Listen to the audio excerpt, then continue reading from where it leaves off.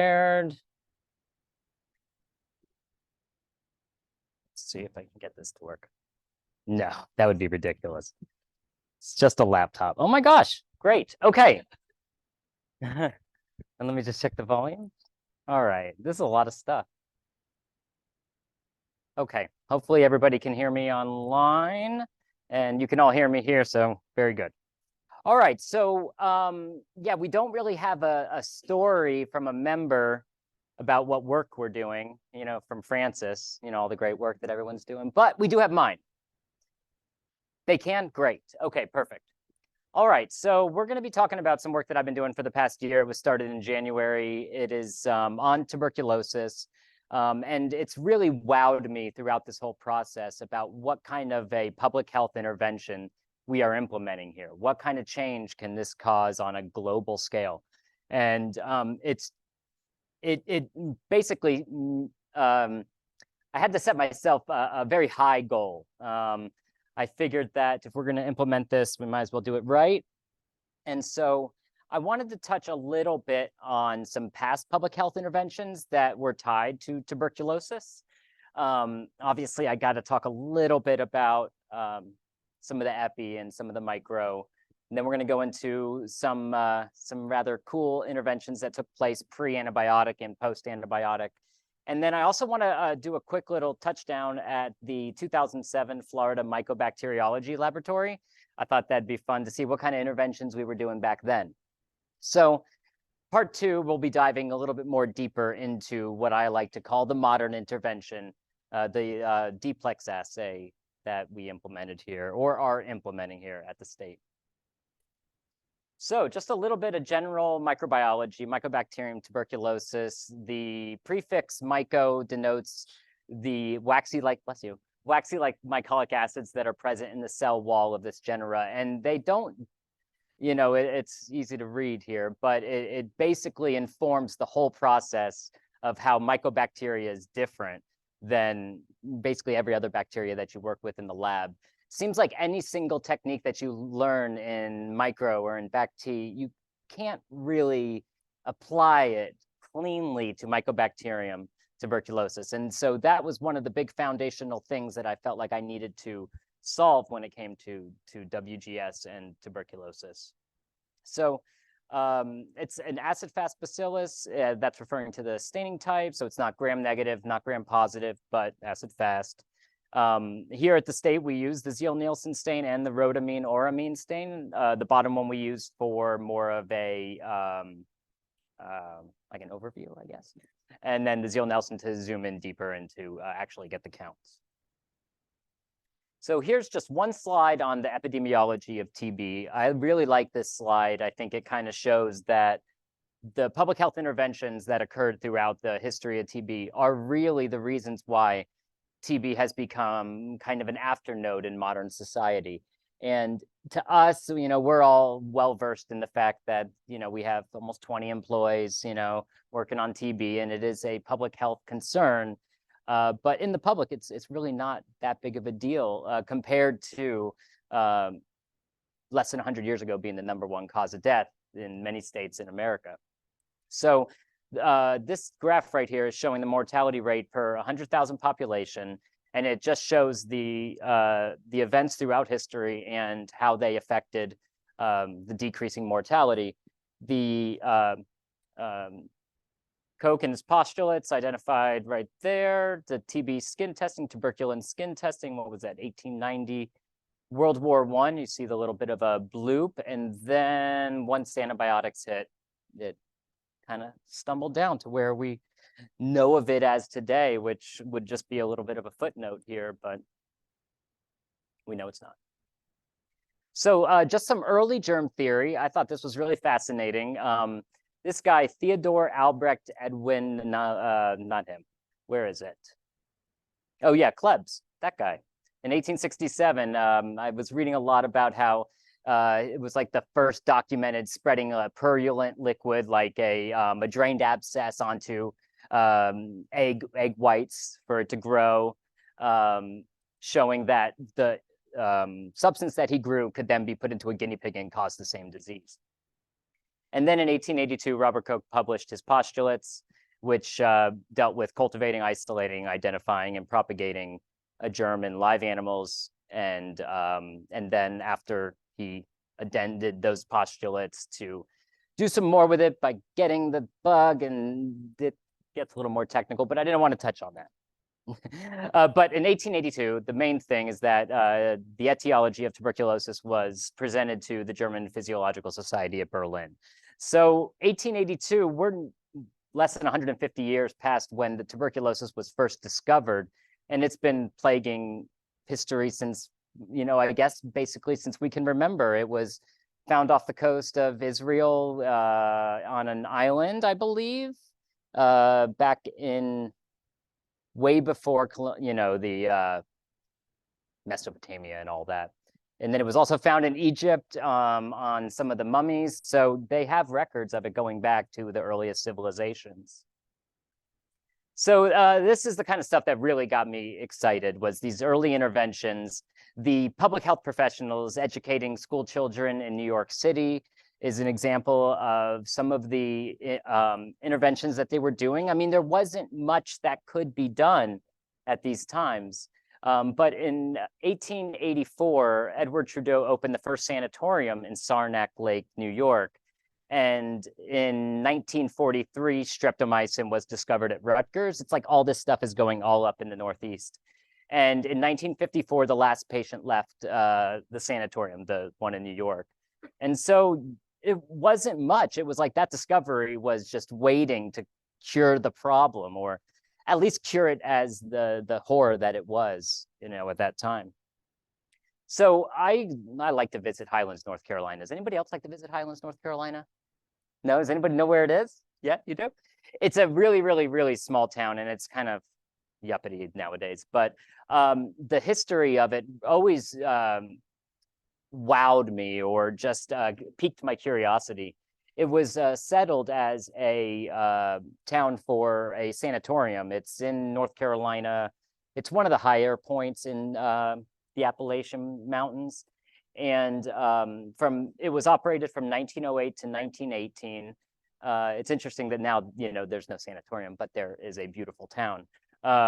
And treatments at this facility and at a lot of sanatoriums, there wasn't much. There wasn't that antibiotic. So it was mountain air, the steep inclines for exercising to really get the air deep into the lungs. And then I read a piece about the good nutrition, or it was funny, I read good nutrition on one, and then I read fatty porridge in most cases on another. So, they were getting nutrition. And I guess a lot of the pictures that I came across definitely showed a lot of commiserating, I guess you could say. I mean, you're around other people suffering from the same thing that you are suffering from. And I could just imagine it's probably not a great environment. That's why most horror movies take place in sanatoriums, right? So the coolest thing about this story is the artificial pneumothorax for treating pulmonary TB. Dr. Lapham published, let's go to the next slide. So an artificial pneumothorax in the treatment of pulmonary tuberculosis. This is just one of the kind of grotesque things that they were doing surgically to try to cure people. And this is a direct quote from the journal. The complete compression of the lung obliterates all tubercular processes, crushes them out, and by a subsequent organization of their lesions, obtains a permanent anatomical recovery that is the surest safeguard against relapse. So she would use nitrogen and she would inject it into the pleural space to collapse the lung. And they thought that by smothering the organism that it would then die. So that was just one of the treatments that was occurring in sanatoriums, on top of surgical excision of the abscesses and the like. So the antibiotic couldn't come soon enough. So here's an interesting public health campaign. This is from Ohio, sponsored by the American Lung Association of Ohio, and it was initiated by the director of the State Board of Health, Dr. Charles Oliver. And this was when TB was the leading cause of death in Ohio. It's intense. 1901, so 120 years ago.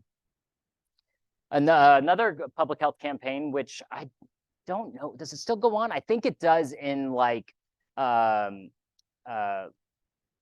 is it? Like a collector's item that they release every year that you can get a new TB seal. But it was implemented in 1907 at a Delaware sanatorium where they were getting ready to close and they needed $300. So one of the doctor's friends contacted Emily Bissell, who started a fundraiser, and she did it in the same way that the Danish did it back, did I say, in 1904. So I thought that was fascinating, that was a known way to raise money for sanatoriums back in the day. They sold them for a penny each, and it was endorsed by President Roosevelt, whose wife also died of TB in 1962.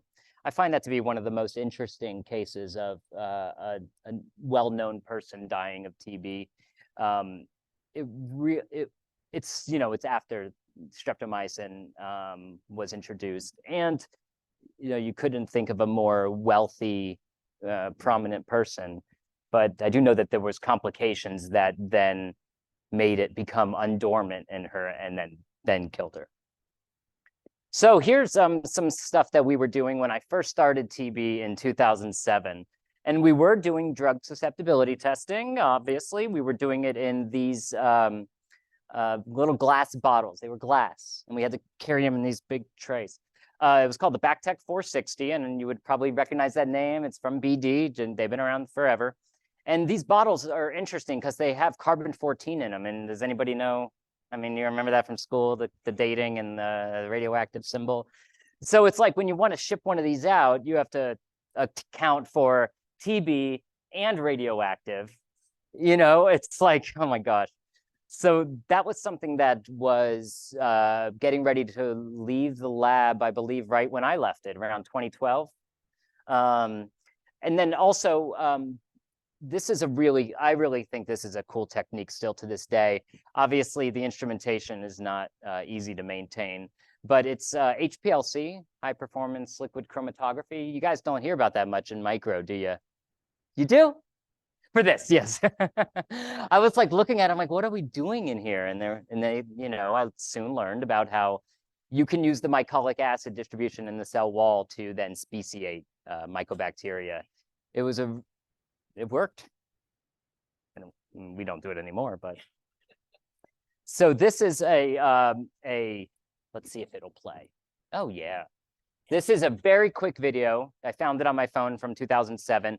And all it really shows is one of our isolation rooms with the Bactec 460s laid out. There was 4 of them. And I zoom in on an MTD test that is being done, which I don't touch on here, but that is made by GenProbe. Everybody know GenProbe? They were bought by Hologic, and is that still the case? You never know. And but it was a fascinating test, and I could never differentiate when I first got there. I was wondering, I was like, what makes this MTD test so special, and why is it separate from the GenProbe? And it was at that time an amplified test for the detection of TB in clinical samples, and it was being done in 2007. So it was quite a little bit ahead of its time. It was finicky, but okay. So I'll just let you see the video. It's very short, but it shows you how you have to have a gas tank per instrument. The MTD test showing you how you're doing these huge reactions in these big amplification tubes, and it, then you're taking that rack and you're putting it into water, and then you're putting it into a different water bath, and it's just early days of molecular, and we've come so far. But like the MTD test specifically, the function was there. It's pretty amazing. All right. Okay, so that's the past. Now let's go to the future. So today is my son's first birthday, so I was having a bit of a problem thinking of a transition slide, and so I did this. That's Thomas, and this is Jeremy. You don't get to see him. It's not his birthday. But yeah, Thomas is an amazing little boy. And so it's been kind of an interesting year. I mean, I started Deeplex when he was born. So it's been a very exciting year seeing him grow, see this test like come to fruition. Okay, so now put your science hat on, take your public health hat off, and just put it aside. You know, we don't want to go too far. So the Deeplex MIC-TB assay, let's get it. It utilizes targeted next-generation sequencing, and it is made to be run directly on clinical samples. So whether it be sputum or bronchial lavage, this test is meant to give you data based on clinical samples. The assay relies on a single 24-plex amplicon mix to amplify mycobacterium genes that are associated with species identification, does spaligotyping, and other genotyping methods, and the main one is prediction of drug resistance. So when you're done with the actual kit, then you run it on what we are doing is running it on an Illumina benchtop whole genome sequencer. So continued Deeplex principle, 18 main Mycobacterium tuberculosis targets that are associated with first and second line drugs.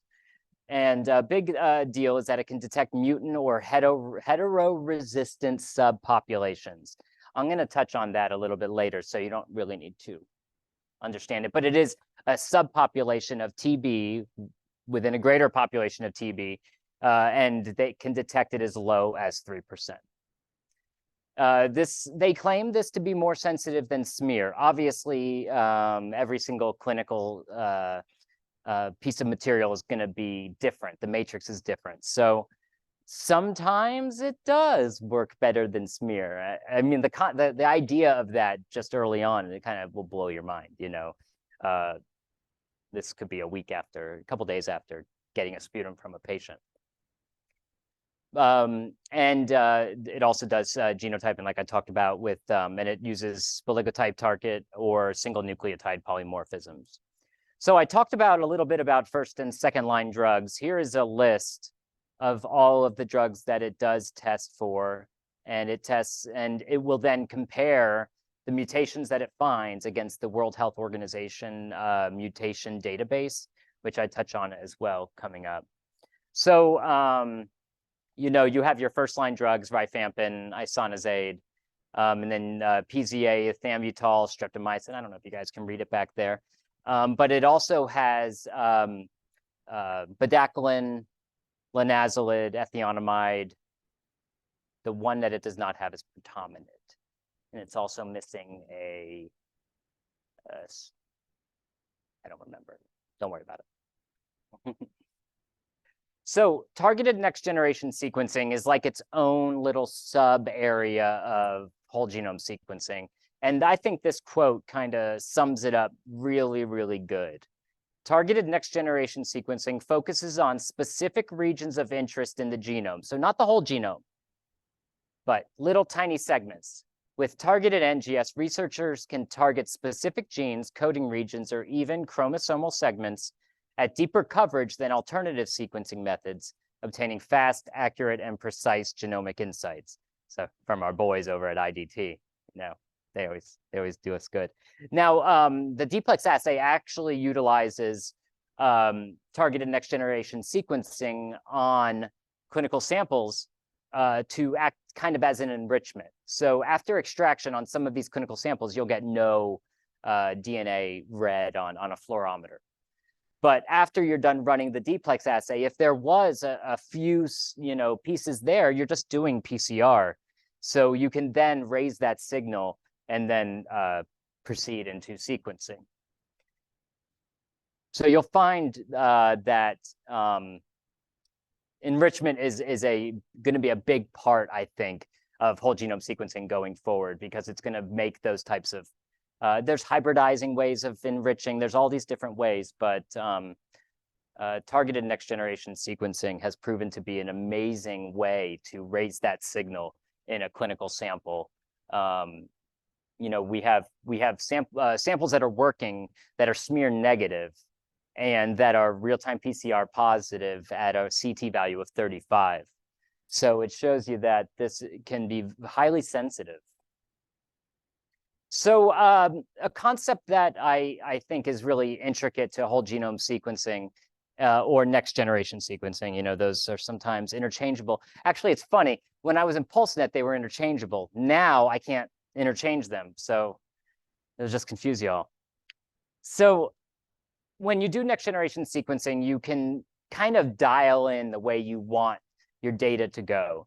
You can, let's say, go for a wide breadth of targets. You can sequence every single target in a genome, but the depth might be a little bit low, right? You have a certain amount of sequencing reagents. You want to spread it across this big genome. You want to get every single base. You're going to get it about 5 times.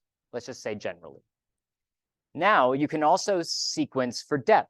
You can take one gene and put it into a full sequencing cartridge and sequence that thing a gajillion times. Let's say you are looking for that very, very rare mutation event. You would then want to limit your target.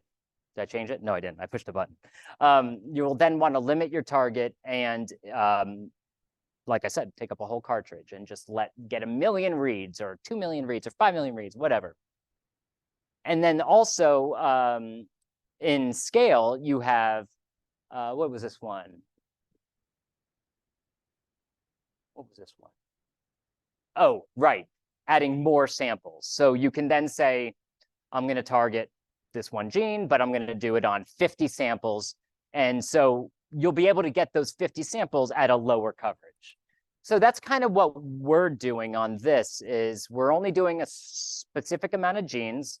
Like I said earlier, I believe it was 18. And then on our sequencer, we do about 1 million reads. So we do about 16 samples on one sequencing cartridge. But this is a really interesting concept. When I was in PulseNet, we would run the whole genome of Salmonella, and you would get about, the minimum was 30 times. With the Deeplex, we're looking for thousands of times. So we can really see all those mutation events. So here's a breakdown of the Deeplex workflow. So we're going to start with nucleic acid extraction, and then we're going to go into PCR amplification, multiplex PCR. It just comes in one tube. All those primer pairs are all in one tube. It's pretty remarkable. All you have to do is add an internal control and then amplify. It's pretty cool. So that takes about 3 hours, typical PCR reaction. Then you go into library prep, which is usually around 4 hours. We're using Nextera XT for whoever does sequencing. And we're sequencing on Illumina instruments. We've tested out the iSeq and the MySeq. Can take as low as 24 hours. The MySeq takes much longer. And then result evaluation and reporting. We have to send the samples to the Deeplex calculation server once we get our FASTQ files.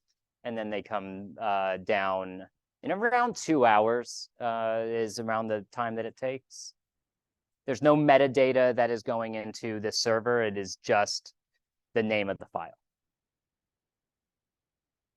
So when I was in Salmonella doing whole genome sequencing, it was so easy. It was just every single Salmonella that you looked at, if you were to come across 1 in 1,000 that didn't work, you would be surprised, right, Kelly? I mean, they are just, it's nice. It was a good world. And you know, I started whole genome sequencing here in 2016, and back in the day, we would get all these different samples that came through the lab, and we would attempt them and kind of figure out what variables to adjust. And Mycobacterium tuberculosis fell into this category that I called like the 65% category. Like, no matter what, we're going to get about 65% of the time, we're going to get a nice sequence. Maybe nice. You know, it was. And since then, you know, that was 2016. Since then, there's been great work done, and Colleen's done great work on TB and whole genome sequencing. And that 65% theory doesn't really hold up. But that was my thought going into this assay. So how can we, if we're going to be implementing a CLIA certified assay, how do we make it better than that? Can we adopt a CLIA certified assay if 65% is even the value that we're going to get? 65% would have been my theory if I was going to get 100% of them, but we know that smear negatives weren't going to work. 1+ going in, we didn't think those were going to work. We thought 2+, 3+, 4+. You know, it was optimistic to get those real low smear count samples. But another question that I was asking myself is, if we build a workflow based on, that should say next generation sequencing, sorry, my brain is broken, then we must break the perceived 65% success rate. But how? So, and this is something that Colleen and his team have done when he was at CDC, is to figure out this process and how it is to get TB to sequence at a much higher success rate. And so this is all pertaining to whole genome sequencing. We're not even talking about targeted next gen yet, but these are the thoughts that I had going into doing this. And then, is Deeplex, being amplicon based, is it going to wipe all that out? Is it going to remove all the biases that TB has? Is it going to just basically standardize it to where every sample would be considered even across a sequencing run? And the benefit, TB Control's on board. So, you know, they're supporting us financially to help get this up. I mean, it's one of those things that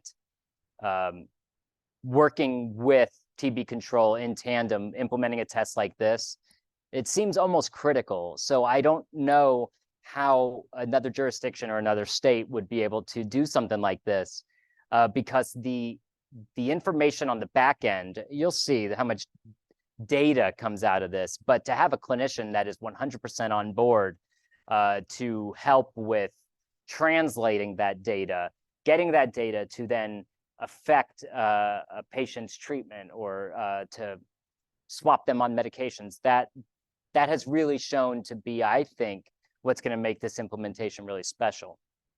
So I started, and it didn't work. It was ridiculous. So some samples worked, but they were really low quality, really low coverage, and my internal control was a failure. So we stopped.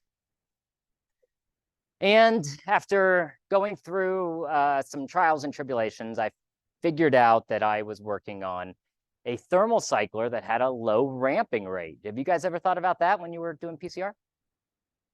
No? Well, remember, this is 18 different primer pairs, or 24 different primer pairs on 18 genes in one tube. So this is, you know, I've done some multiplex over my years, but that's a lot. That's a lot of interaction going on. And so thinking that all this is occurring at the same time, evidently the ramping rate is something that when your PCRs get more complicated, if you're having issues, look at your ramp rate and see. Also, when you're buying thermal cyclers, I've noticed that the higher the ramping rate, usually the higher the cost. Like, so there's all these features and stuff which nobody really cares about. It really goes down to how effective can this thing get hot and how much time does it take for it to get cold again. The test was requiring 3 degrees Celsius per second, and the one I was working on was 2.4. The one I'm working on now is 5. So that's cool. So throughout this process, we did all these different tests to try to see, when we implement this CLIA certified test and we lock it in stone, have we chosen the right path? So I thought, might as well throw all of it at it. So we tested the Promega Maxwell for extraction. We tested the Thermo Fisher Kingfisher, and also the tried and true Zymo fungal mini prep kit. And then the one I wanted to work, the Deeplex manual extraction that was recommended in the kit, was a very basic, rough, crude extraction. It just did not do anything. So that was really frustrating. So I tried out the manual extraction. Nothing. It did not work. Good. It just wouldn't have been a good product. And that included a bead beating step that we were using on a mechanical bead beater. And there's also some bead beating steps that are recommended with the Vortexer that they say you could just use a Vortex benchtop bead beater. We'll get to that a little bit more. So then library prep, I tested Nextera XT, DNA Prep, NebNext Ultra, which is from New England Labs, New England Biolabs, there we go. And because I just wanted to see, are we going to get a better outcome using any different library prep kit? I was trained mostly on Nextera XT, so I was, defaulted to that. But I didn't see really any difference across all three of those, actually. And then sequencing instrument, we used the iSeq and the MySeq. The MySeq made really nice FASTQ files, but it's just a pain to run. The fluidics on it are old. Like you have to wash them when you're done with the run. The iSeq is all nice and compact. And on the MySeq, we have to buy specific kits. They're like a lower reagent kit. So going forward, we're going to stick to the iSeq. But this was really, really good exercise. And on the extraction front was where I really was finding my problem. Whatever came out of extraction good could be prepped by any of these, run on any of those, and it just worked. So we kind of knew that we needed to zero in on the very basic early step. So I had really great success with the Maxwell and with the Kingfisher platform, but it kind of came down to down here, the intangibles. The Kingfisher is kind of a big platform. And in the BSL-3, we just have very small space. Run scalability whenever you load a Kingfisher, you have to load like a really deep well, 96 well plate, and you have to load the reagents yourself. With the Maxwell, they're all sealed. They're all in one single cartridge. So that was really nice. And the turnover rate in public health is rather high. So to keep this test as streamlined as possible was really important. And we chose the RSC genomic DNA kit. This protocol was modified to include the FastPrep 24 5G bead beating apparatus, which I'll touch on just a little bit here. Developed cooperatively and specifically for this application. Malik and his team, their PsyOps team, they were amazing. I had attempted the process myself, but it took me all day and I was just transferring. It felt like I was transferring from tube to tube and kind of winging it. When was I going to implement this step? When was I going to implement this step? And concurrently, Promega was doing the same thing in their lab and came to me with just a streamlined, beautiful extraction, and I'm very excited about it. It's got minimum hands-on time and minimum transfers to reduce cross-contamination.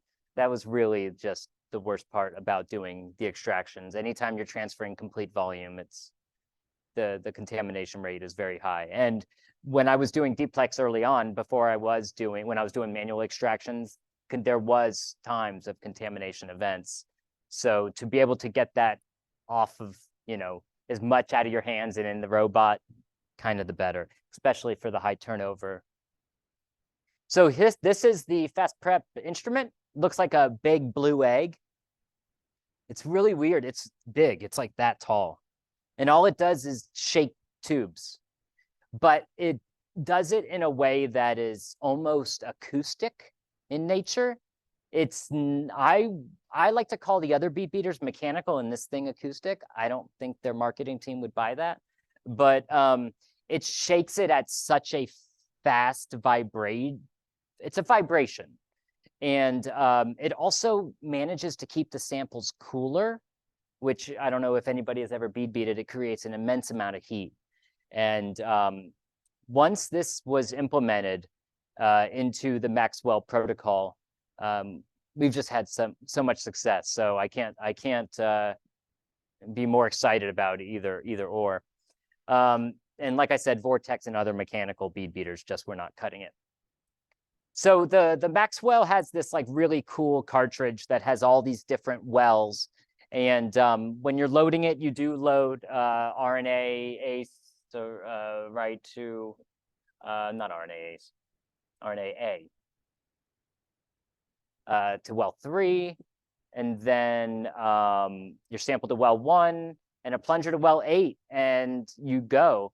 And it basically keeps the DNA on the magnetic particles and picks them up and then brings them to the next wash step. So when you're part of the extraction is that we are keeping the sample in the bead beating tube throughout the rest of the extraction to reduce contamination when transferring. And when you are transferring, you sometimes get some of those beads at the bottom, but the Maxwell just binds your DNA and takes it right out of there. There's no fluidics, there's no chance of clogs when you're using samples that are, some sputums that are not broken down as well. It's really turned out to be a great little instrument. So yeah, all pre-filled, the magnetic beads, and yeah, no clogs, so which is a good deal. So this is the two different sequencing platforms that we can use. The iSeq is what we have. It's like the Apple, iPhone of sequencers. When it goes down, you just send it back. They'll send you a new one. It just happened to us. You just get a brand new one.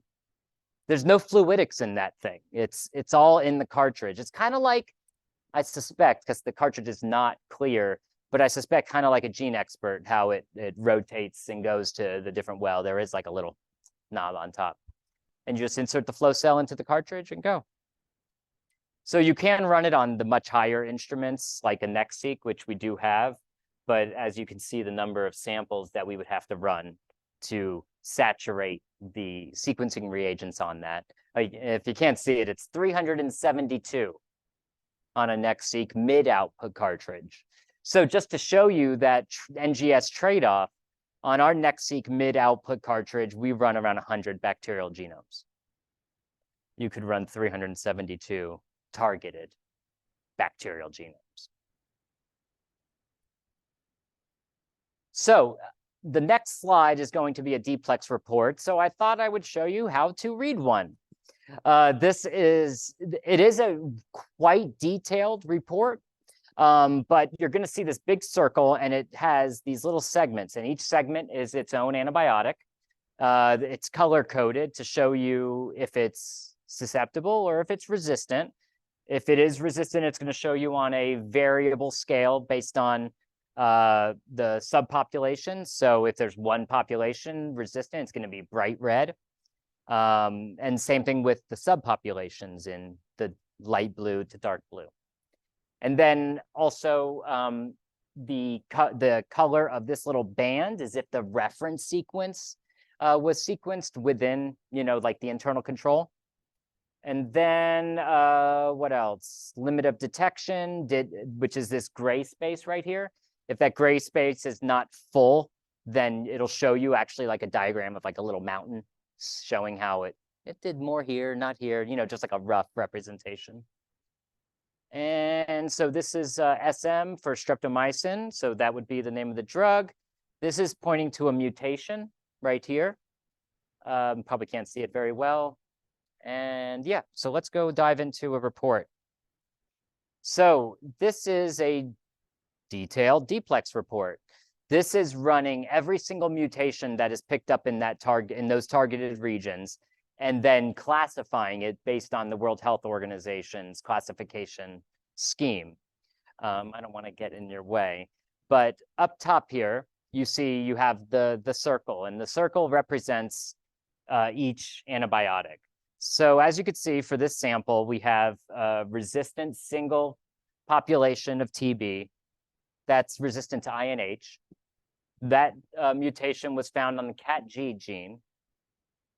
And then going down the line, we have PZA, one mutation. What else is there? GYRB. We got streptomycin, subpopulation mutation. Capreomycin, mutation of no color, meaning no significance.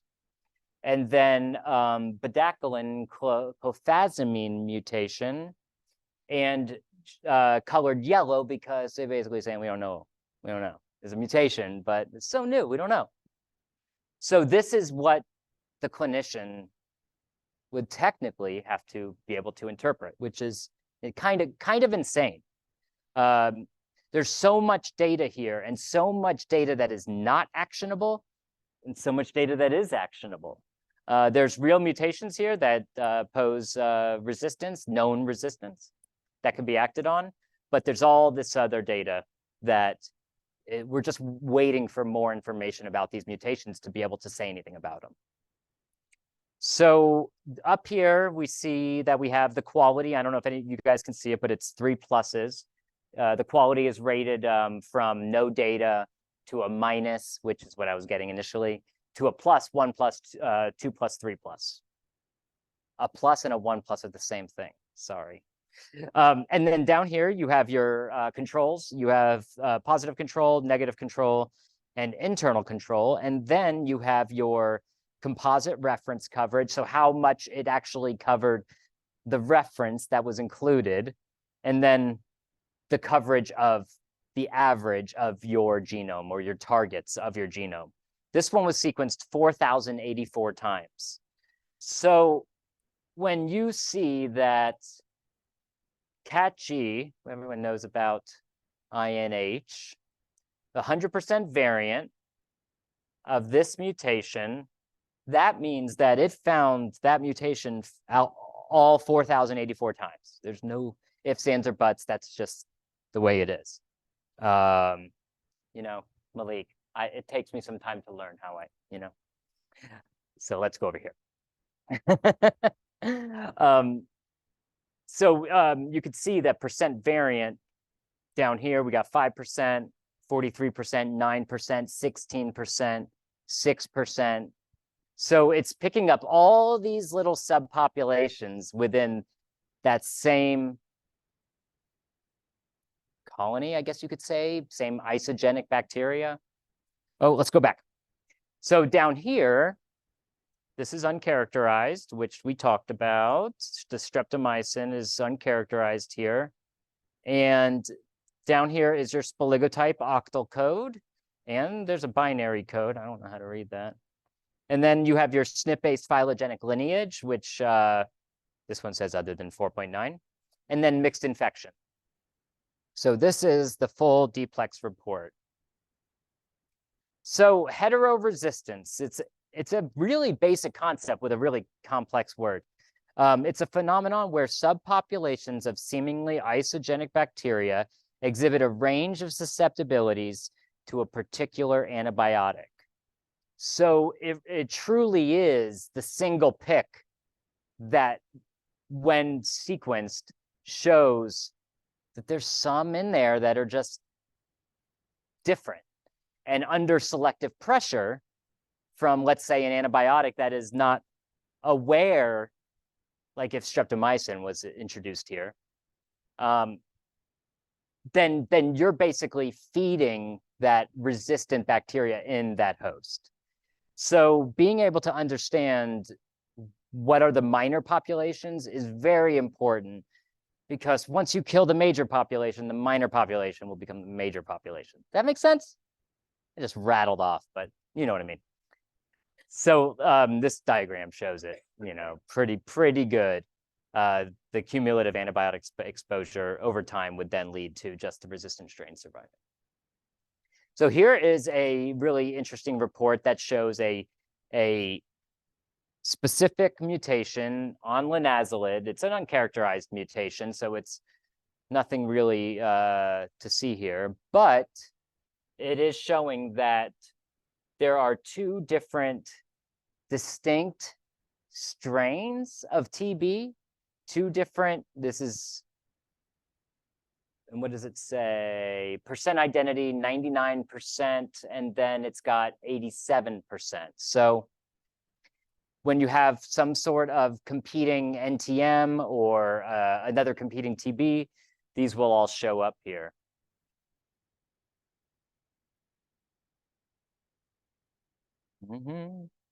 So mutations of uncertain significance. This is something that I'm kind of working on now. Like, what are we going to do about these uncertain significant mutations? Do we report them? Do we not report them?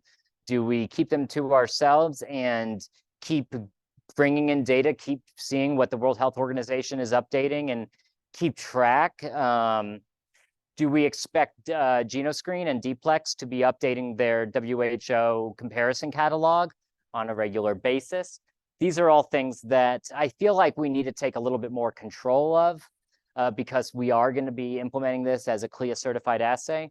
So a thought that if we are going to be releasing uncertain significant mutations, then what type of statistics come with those calls?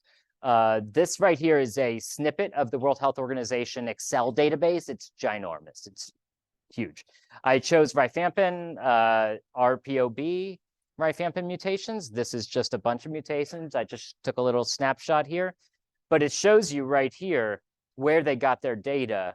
And so, like, let's say this one right here that has 26 present that are resistant, 0 that are susceptible, out of absent 11,476, absent susceptible 23,707. So statistically insignificant, but those are real counts. Those are real observations. So what do we do with this data? What do we do going forward? This is obviously an area where we're going to have to cross our T's, dot our I's, and I'm not going to say the Wayne's World joke. I'm just not. Does anybody know what I'm talking about? Wow, I am getting up there. Okay, so when the test is done, I send out, as of right now, to my team just this report. This is like a summary report, and I like to introduce the data, like what the smear value was, what the RT-PCR CT value was, and then compare that to what we're seeing here. And so, like you see, this would be a typical clinical run with half of them being smear negative and maybe 1 or 2, 3+, 4+, and then the rest being 1+, 2+. So I'm getting, there's some that are having no data. If you get no data, it says ND and nothing. But if you get something, it shows you the quality, it shows you the coverage, it shows you your main population, your subpopulation, and it shows you your targets. There's some like tabs up here that say streptomycin and isoniazid. So then you can see like a big overview of where there's a mutation, where there's not, and then zero in a little bit more on the actual report. So this is a really busy slide. I'm not going to get into it very much, but the Deeplex test is proposed to be implemented right after the GeneXpert is run. So once we run a GeneXpert and the TB has shown that it is positive, then we would run the Deeplex on that. And obviously, it's the hot new item, so everyone's going to want a Deeplex run.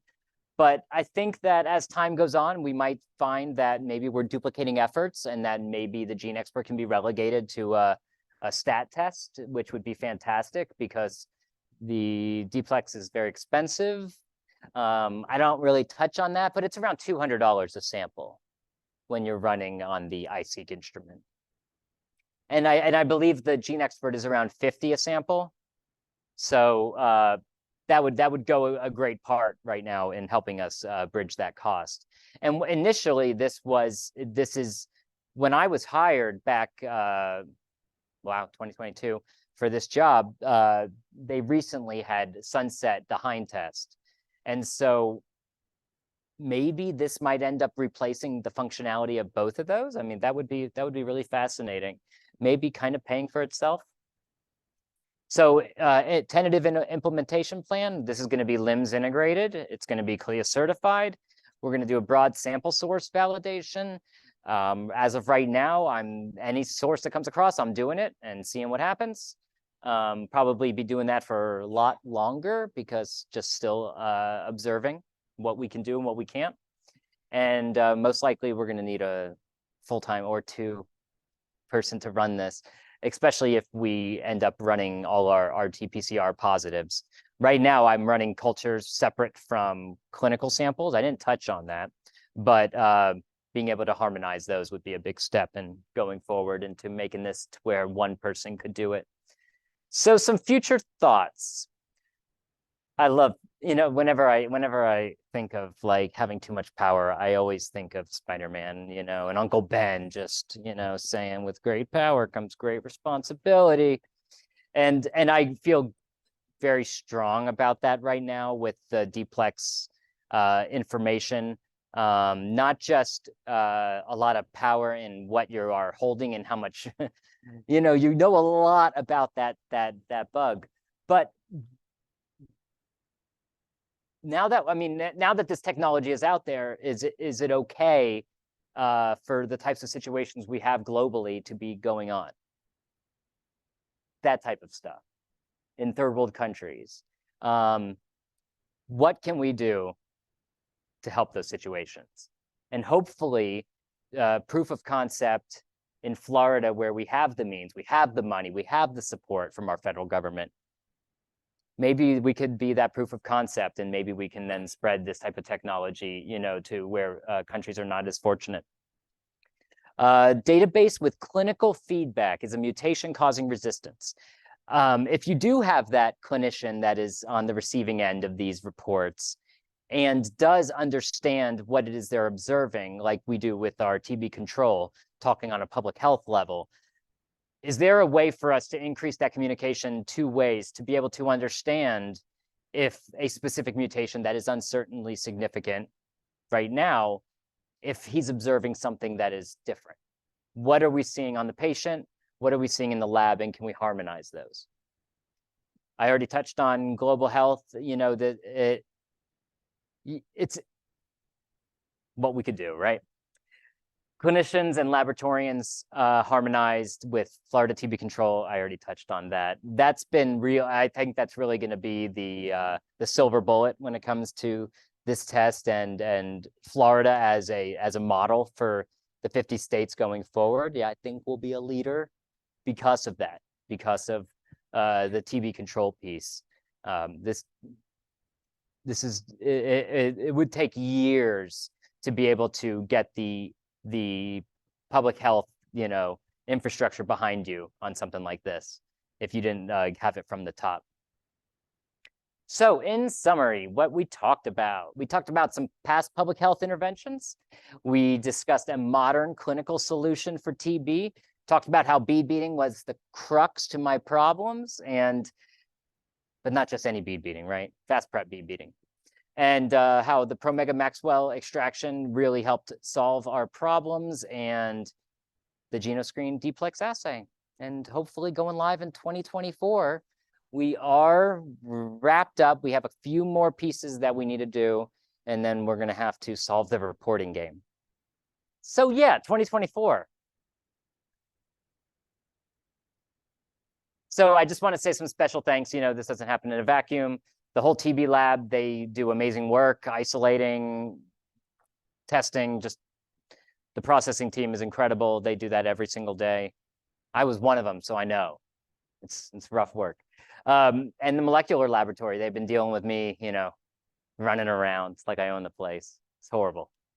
And Florida TB Control, I want to say thank you to Dr. Ashkin and Promega and Malik and Betsy Jones for hiring me and trusting me when I was coming up with solutions that she didn't know what I was doing, and she just let me go. And I think we have a really amazing product, and I want to thank her for trusting me. And there's our team. It's changed like so much already. I took that picture like 5 months ago. We got a different supervisor. We got all these different people. Alva's not even here anymore. Gosh, man, times are changing. And here's my references, but I'll leave up this one.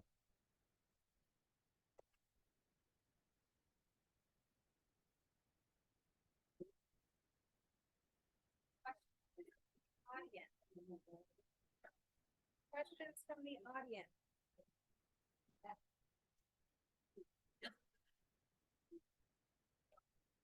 Oh, thanks.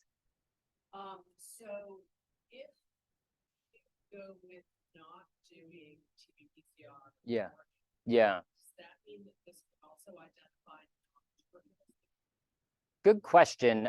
We will still be doing RT-PCR as routine initially to see if it's TB positive or not. But it does detect NTMs It's when I showed you the 3+, 2+, 1+, no data, it'll say NTM, it'll give you the ID. It will show some mutations across shared genes. But the utility is still to be seen, and if that data is worth $200 is also worth to be seen. Well, I know that Dr. Yeah, I guess right, yes. And that's, you know, right now we're in a proof of concept, and I think it's fascinating to get as much as we possibly can. And you guys send such fascinating stuff anyways, you know. I mean, why else bang our door down? But go ahead. Yeah, I've seen them. yeah, I've seen them reported. no, Okay. no. I think it might scare. Oh, it would definitely scare people. So Deeplex has a few different ways to export reports, but it's going to have to be integrated into LIMS. And initially, we're going to try to get this test code based. Like that's the way we really need it to be.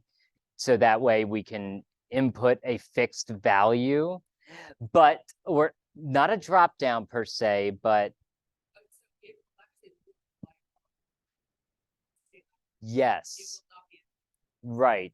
Now, but we do attach reports to the LIMS report. We have in the past with CDC reports that come back. So it's not foreign to us to attach a report, but that report is unique. That Deeplex report is unique. So there's other export options that dumb it down, but there might be some issues with gathering uncertain mutations. Are you actually looking for those? And the Deeplex uses credits that you get with your kit.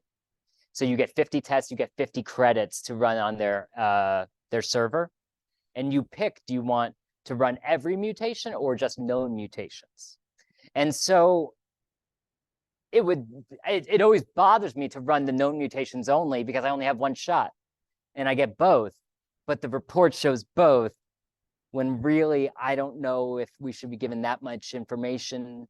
But if you're probing, if you get the information, is it more ethical to give the information or more ethical to hold it back because we can't categorize it? I don't know. That's why the whole idea of, but we also touched on today how not every aspect of the report is going to be 100% validated. Maybe it could, right? But lineage-based results, right? I'd have to do lineage validations, right? So, I mean, I could do it. I could run whole genome sequencing on those samples, and we could run those in a pipeline and then compare it. And but we'll see. But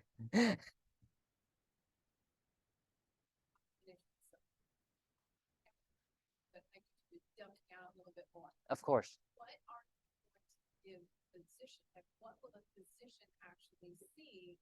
Because in part, I mean, if you have these two, this new resistant mixed in with not resistant. Yeah. Say, don't use that antibiotic. And then I guess it's so. Do you give them any guidance, and what information are you going to give them? That's an interesting question. I would say that is the TB control piece. That type of consultation is going to be happening a lot, and I think that they are aware of that because that's not a question that we can answer as laboratorians. I obviously have an opinion based on the empirical data, but I think that our TB control is up to the task. But to what extent we can release all that data, I'm not sure yet.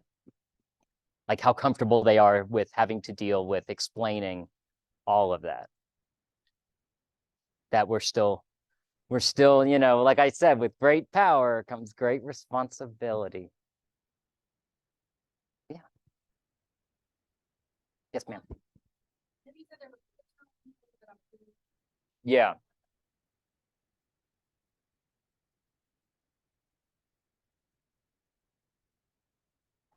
Yeah.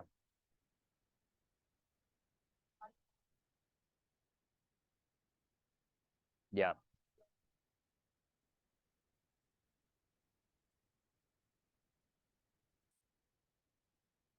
Right. Yeah, we're gonna as of now, me and Colleen have discussed how we're gonna have some set of isolates or samples that maybe FASTQ files that run through the pipeline whenever there's any changes and compare that to the past version of the pipeline. But also on top of that, like the WHO new mutation catalog just came out for 2023, but Deeplex has not updated their extended catalog yet. So this will be the first time actually that we'll see this happen. And then when will the next event happen? When will they actually adopt the new standards? I don't know. Hopefully it's soon. But because that's kind of like that's that feedback that we would be looking for to be able to say all these uncharacterized bedaquiline mutations, oh, they're now resistant, like now we can act on that. And I hope that happens fast, but I don't know. I don't have any evidence yet, fast or slow. What was the first question, Brenna? You said there was. Oh, the controls. Yeah. Yeah. Yeah, extraction control was something that I noticed I needed like pretty early on. 1-to-1 in terms of samples, but when you have to start using controls in lieu of the 50 samples. Yeah. You're right. So I run 16 samples per run, and there's 48 per kit, and I run 4 controls per run. It's just a quarter of a run. Yeah, that's a lot. So yeah, they do not say to run an extraction control, but I need to run an extraction control as of right now. And when we're training all these people, I think an extraction control is really critical. Will we be able to, what I would like to do is make a rule if it's lower than the negative control after a certain point, cut it. Don't, but like if the value, if the amount of DNA in the extraction control is lower than the negative control, don't run it. But I don't know. As of right now, we're running it. It just sounds like a lot. Was there any questions on here? We have one question. What setting do you use on the fast prep? Or I guess 2. On the fast prep, do you heat and activate time temperature? And this will be the last question. Oh, okay. Yeah.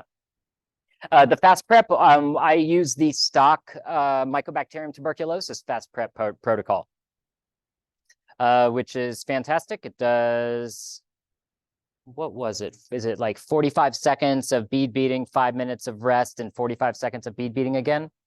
And we do heat inactivate. We do 30 minutes at 95 C in a heat mixer at 2000 RPM. And yeah, time temp, 30 minutes, 95. Yeah. Well, thank you, Matthew, for taking us in a deep dive. Right. Look at boom, boom. I appreciate it. If anyone has questions after, I'm sure Matthew would be happy to answer them. Email Matthew, and thank you very much. For those that are here, we do my email correctly. Oh yeah, I messed that up. Yep. I just want to share the reminder about our January meeting. So our January meeting will be on the 9th. It'll be at Baptist downtown, and the topic will be the use of MRSA screening to promote antimicrobial stewardship, presented by Dr. Danielle Sanchez, ID pharmacist from US Health. And for information on the rest of the schedule, please visit the JAM website, www.jamsociety.net. And please don't forget to send me member highlights. Have a wonderful, holiday season. Thanks, everyone. Here.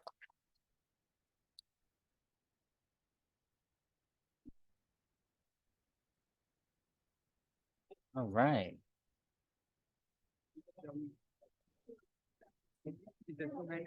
Not yet. Let's bring it up. Stop share.